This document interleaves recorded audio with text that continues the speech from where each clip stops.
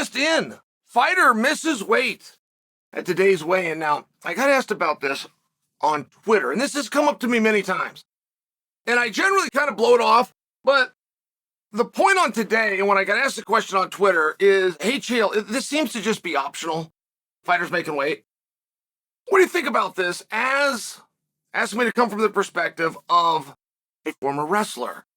And it does change things if you look at it from that perspective. I mean, wrestling's been around from the beginning of time. They say it's the oldest sport in the world. Fighting's been around for a meaningful amount of time. You've got a lot of data, and you can compare the two. Fighting now, and I was in MSG last week. I don't really know who misses weight and who makes weight. I must tell you, it's not the most important thing in the world to me what a guy weighs. I'm more interested in who can beat up who. If you're 300 pounds and this guy's 90 pounds, I'm more interested, can you beat him up? Not a matter of size, and if he weighed this and this guy's more skilled. I know that that's a topic and that's important to some of you. I just came along at a different time. I was on my 5th fight before I ever saw a scale. I was getting ready to fight my 5th guy before any part of that process ever involved a scale. And we didn't have weight class. They just put us on a scale. Didn't matter what you weighed, but they would read it off for the announcer. I'm just sharing with you a little bit of a different time. But I was in New York last week, and 2 people missed weight, then had some misses today.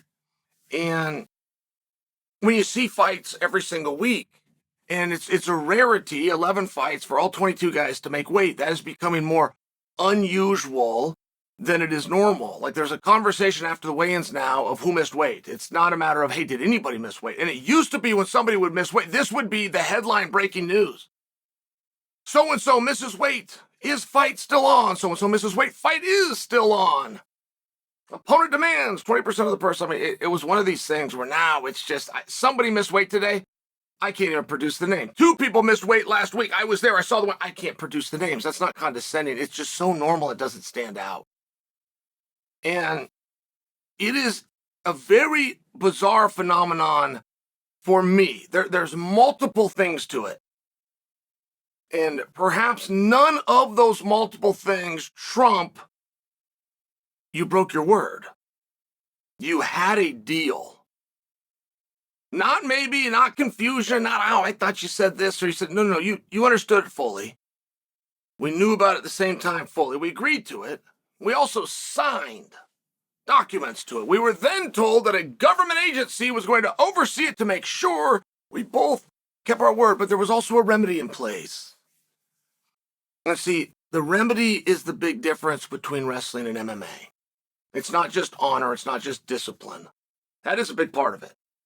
But the guys that miss weight, if you went back and studied them over time, you're not going to find a lot of former wrestlers that missed weight. It is part of it. There is built into that culture. And I'm speaking on this not as a way of MMA versus wrestling. That's how I was asked the question. From a wrestler, from a wrestling standpoint, what are some of the differences? Ultimately, you get down to the remedy.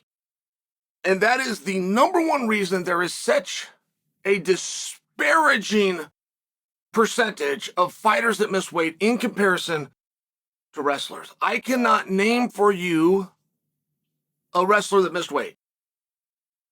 Been doing it since I was 9 years old. You think there's fights every single week, and there's 11 weigh-ins, and that sure is a lot of guys. That's 22 guys. There's a wrestling tournament every single Saturday in every single state that will have an average of 200 people there. So it's impossible to know what the number of 200 for athletes times 50 for states times 52 for weeks in the year. It's impossible to know what that number is, but we can at least agree it's more than 2 guys fighting in 11 fights once a week, right? We can agree that, and still more fighters miss than wrestlers. Not just percentage, more fighters miss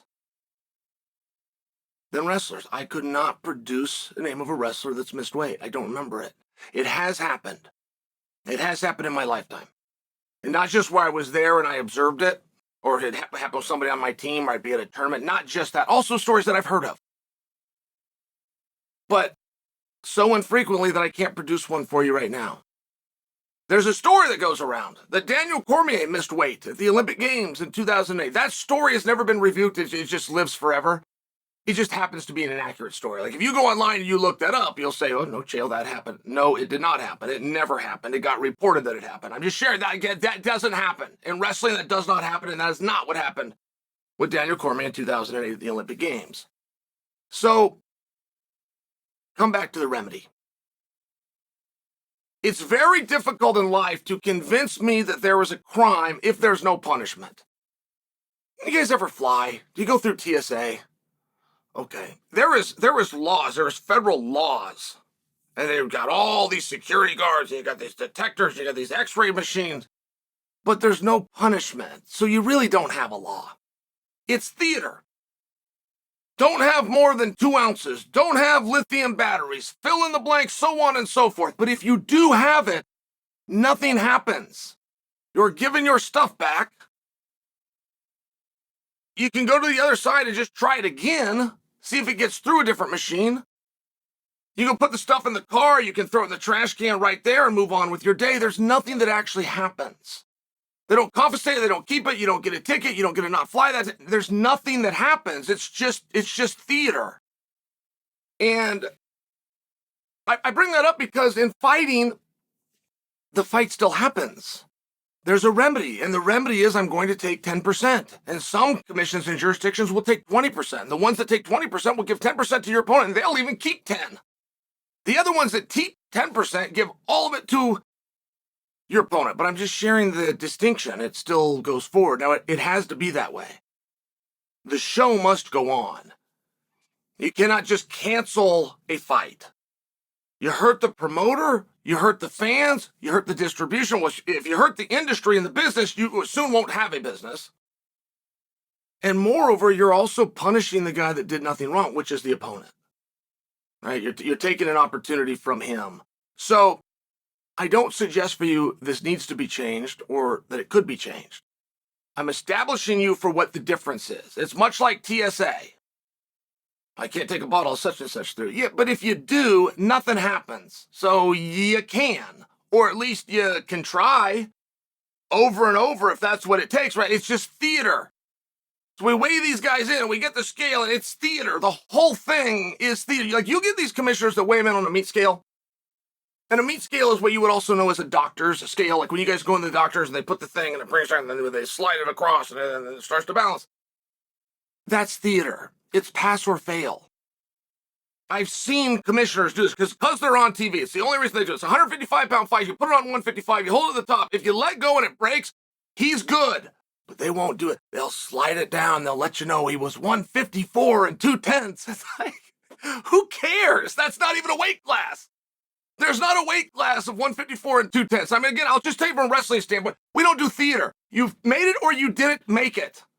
You would never know exactly what you weigh because it doesn't matter. It's not how the rule works. The weight class is 155 pounds. Do you weigh under 155 or don't you? So you've got this whole show. And in wrestling, it's pass or fail. You're not going to wrestle. They are not going to go on with the match. The coach does not get to bring somebody else in. We have a specific time for weigh-ins. You put your team on the scale right then and nobody else. So if one of your guys doesn't make weight, when the dual meet comes, they will walk the opponent to the mat and they will have a forfeit. He will walk onto the mat in front of everybody. He will get his due and your team will get all the points the same as though you were to pin him. That is the repercussion, not we're going to do the match anyway. And not only when they do the match with an MMA, you're not even at a deficit. And if you cheat in the ring, they can take a point away. They can disqualify you. They'll do the match. They won't disqualify you. It's not on the option. They won't even take a point spot to the other guy. They will just hold the match. And then you and the opponent know that he cheated and he broke the rule, but the audience doesn't. If you get beat, you could get cut. Many people have. They will lose a fight that was against the rules, and they'll get cut. You'll have another guy who cheats, who breaks the rules, who will move up the rankings if he wins, and will move up the card if he wins. There's not a repercussion. I don't blame MMA. I mean, just to say that once again, the show must go on. You got to just have good people. You got to have good people that are willing to do what they said that they would do. But if you want to know the distinction and the difference, it's largely within the remedy. It's the theater with an MMA. Right? 10%, that hurts. That's going to hurt anybody. 10%, it's going to hurt. But you also understand where that's a varying scale. For some guys, that's a $100,000 mistake. And for other guys, that's a $900 mistake. And when you come down to that suffering and that pain and that discipline, you've got a choice to pay $900 or to have that cheeseburger. I mean, it's one of these things where all of a sudden, I'm not thinking quite as clearly. So when people ask me the difference, one has a repercussion. It's very drastic. You're out. You will not compete. Your team will not be happy. You could lose the entire event. In the other one, you give up a few bucks and nothing else is affected, and you've got a little bit of an advantage going into the bout.